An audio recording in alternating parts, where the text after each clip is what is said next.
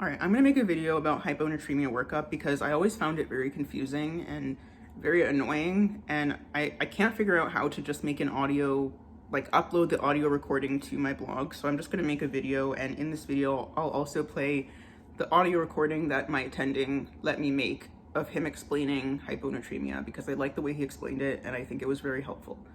Anyway, first I'm just reading notes that I took from online med-ed, which I found to be very helpful. I think they changed some stuff recently though, so you can't just watch videos. I don't know, I haven't used it in a while, but this is notes that I took some time ago about hyponatremia. So the first thing is, when somebody comes up with hyponatremia, you should get a serum osmolality, a urine sodium, and a urine osmolality. When people come into the hospital and they're hyponatremic, they'll usually just get fluids, and that will actually mess up all the workup that you're gonna do. But before you get fluids, you should at least try to get those things: urine sodium, urine osmolality, and serum osmolality. So this is how we start. So you'll get the serum osmolality. You can actually calculate this by using this equation that's 2 times the sodium plus the glucose over 18 plus the BUN over 2.8, but I never remember that equation. I would just order the lab. So a normal serum osmolality is 280 to 295. So if you have a hyponatremic patient and you get their serum osmolality, and the serum osmolality is within that range, 280 to 295 about, that would be isotonic hyponatremia, also called pseudohyponatremia. So it's not really a real hyponatremia and no treatment is needed. If, however, the patient came in hyponatremic and you got the serum osmolality and the serum osmolality was greater than 295, then that means it's hypertonic hyponatremia. And this can be due to other solutes that are in the blood, like glucose, urea, or other osmotically active compounds. If the blood glucose is elevated, then the sodium may appear low. For every 100 milligrams per deciliter that the serum blood glucose is above 100, the sodium will decrease by 1.6. You could use 2 for easy math. So for example, if the patient's blood glucose is 500, that's 4 100s above normal.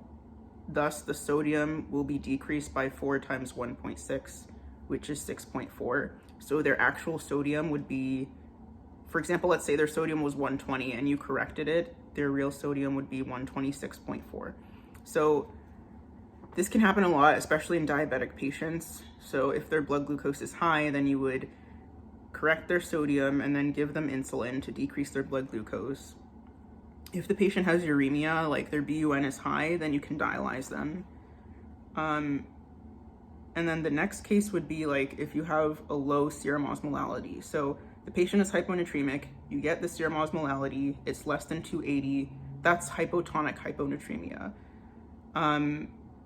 If they have hypotonic hyponatremia, you can use your physical exam to determine their fluid status, but this is not really helpful in real life.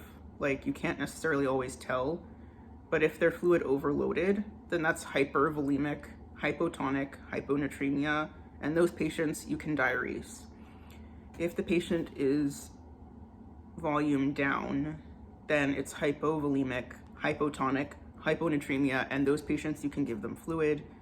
If the patient is euvolemic, then you would go on to do the RATS workup, and RATS stands for renal tubular acidosis, Addison's disease, thyroid disease, and syndrome of inappropriate antidiuretic hormone. So for the renal tubular acidosis workup, you get a urinalysis and urine electrolytes. For the Addison's disease workup, you get a cortisol level. For the thyroid disease workup, you get a TSH. For SIADH, that's a diagnosis of exclusion. So you would diagnose SIADH after you rule out everything else. And the treatment for SIADH is to volume restrict the patient and to give them gentle IV fluids. And if that fails, you give demeclocycline. So I realized that I was confusing aldosterone and ADH because they both have an A and they both have a D, and so I was getting them confused, but both of them will reabsorb water, but ADH will only reabsorb free water, whereas aldosterone will make you reabsorb sodium, and then the water follows the sodium. So this is from another video about the posterior pituitary from online med-ed, where he's talking about SIADH. So ADH tells your kidneys to reabsorb water, like I just said, and therefore your urine will become more concentrated. That is, your urine osmolality will go up, which makes sense. If you have less free water in your urine's going to be more concentrated. So in response to water overload, like if you're fluid overloaded, your body will turn off aldosterone. Therefore, you won't be reabsorbing sodium in water. So in that case, your urine sodium will also increase. That just makes sense. If you're fluid overloaded, your body says, okay, stop absorbing water, turn off aldosterone. Therefore, the sodium in the water in your urine will increase and your urine sodium will increase.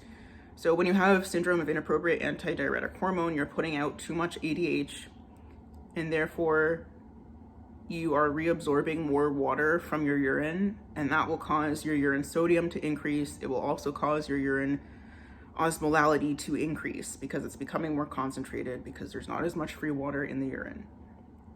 SIADH is secondary to a brain lesion or small cell lung cancer. Granulomatous lung disease like sarcoidosis can also lead to SIADH.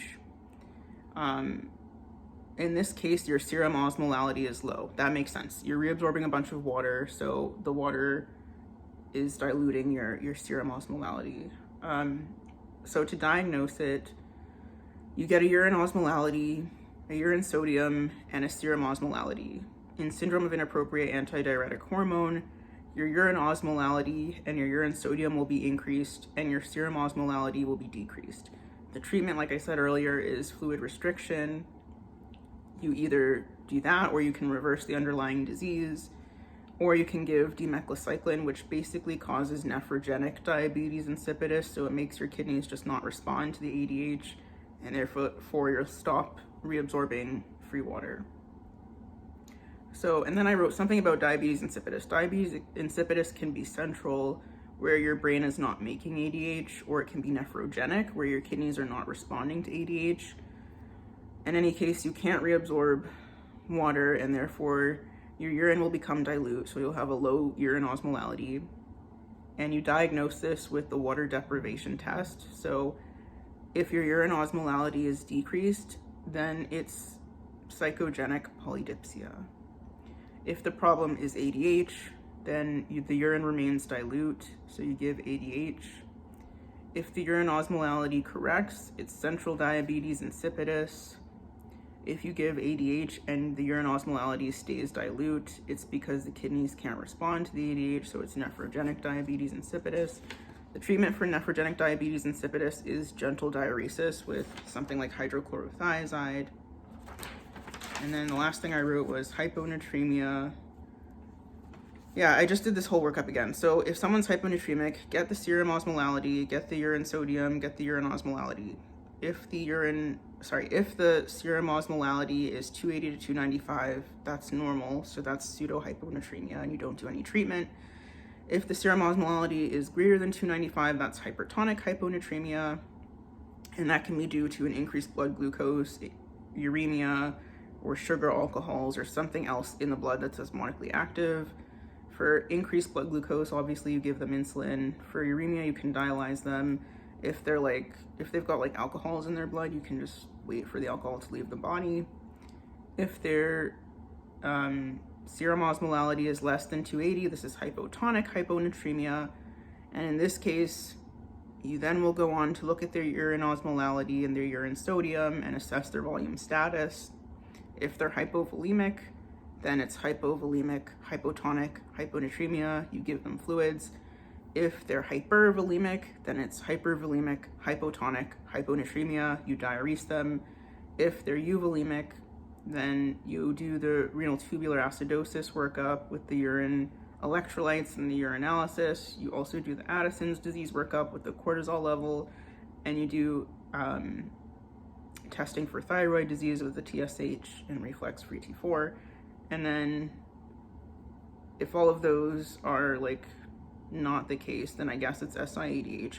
But basically it's like you can already tell whether or not it's SIADH based on your urine sodium, your urine osmolality, and your serum osmolality. That's why it's just get those three things and then you should be able to tell what it is. But anyway, this is a recording that I asked one of my attendings to do because he explained it in a way that I think was very helpful. And he's basically just talking about SIADH and like how you would figure that out. So here it is. Go ahead. All right. So the topic that we're going to be discussing here is one of the more common things that you'll run across with sodium imbalances. Specifically, we're going to be looking at a form of hyponatremia, namely one that is either going to be euvolemic or hypervolemic hyponatremia.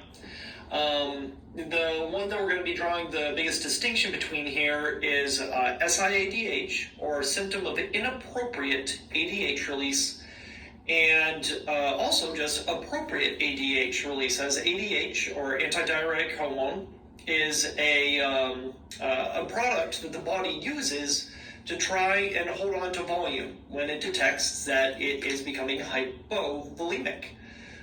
So while most people will think of SIADH or ADH as kind of a problem mechanism, there's actually situations, or many common situations, where our body would do this normally. And being able to tell the difference between these is important, because it's either when your body's running into an issue or if you have some disease or underlying, abnormality here. So the first thing that will help you identify this is hyponatremia. Now, hyponatremia is just a low sodium concentration within the blood that's identified on serum testing. And there's a couple of different things that can cause this, but the ones that we're going to be focusing more so on is if free water is brought into the blood vessels a lot, then that's going to dilute everything else, including sodium. So the idea here is that ADH is a hormone that works on the kidneys by bringing in free water with the goal of increasing volume, but it can thus cause, by bringing in just free water, it can thus cause hyponatremia. So how do we tell if this is SIADH, if the body is doing this inappropriately, or if the body is just holding on to it and we don't have enough solute to compensate? So basically what we'll first do is we're going to need urine studies. Specifically, the ones we're looking at are urine osm and urine sodium. Really, that's it. You can look at some other stuff, but for my review of it, it's pretty much just two values you're looking at. So what you're going to do is first you're going to look at the urine osm, and you want to see whether or not the urine osm is concentrated or not.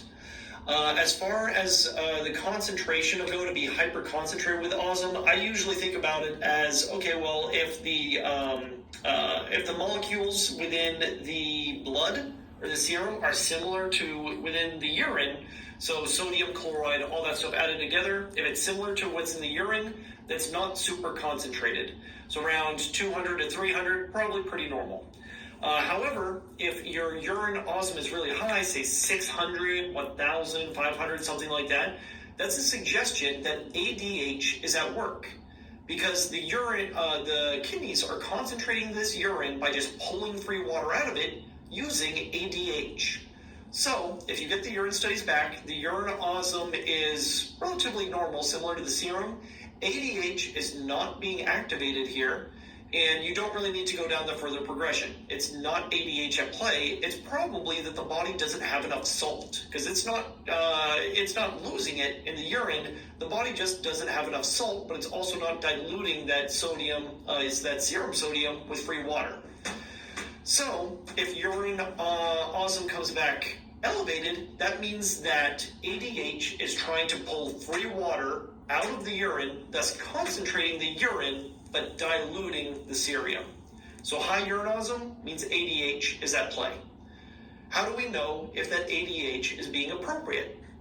Well, I already explained that ADH is one of the mechanisms by which our body tries to increase volume.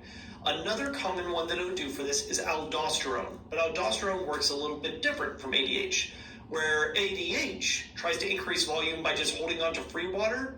Aldosterone tries to increase volume by pulling sodium out of the kidneys, or out of the urine, and into the blood. And then water is going to follow that sodium.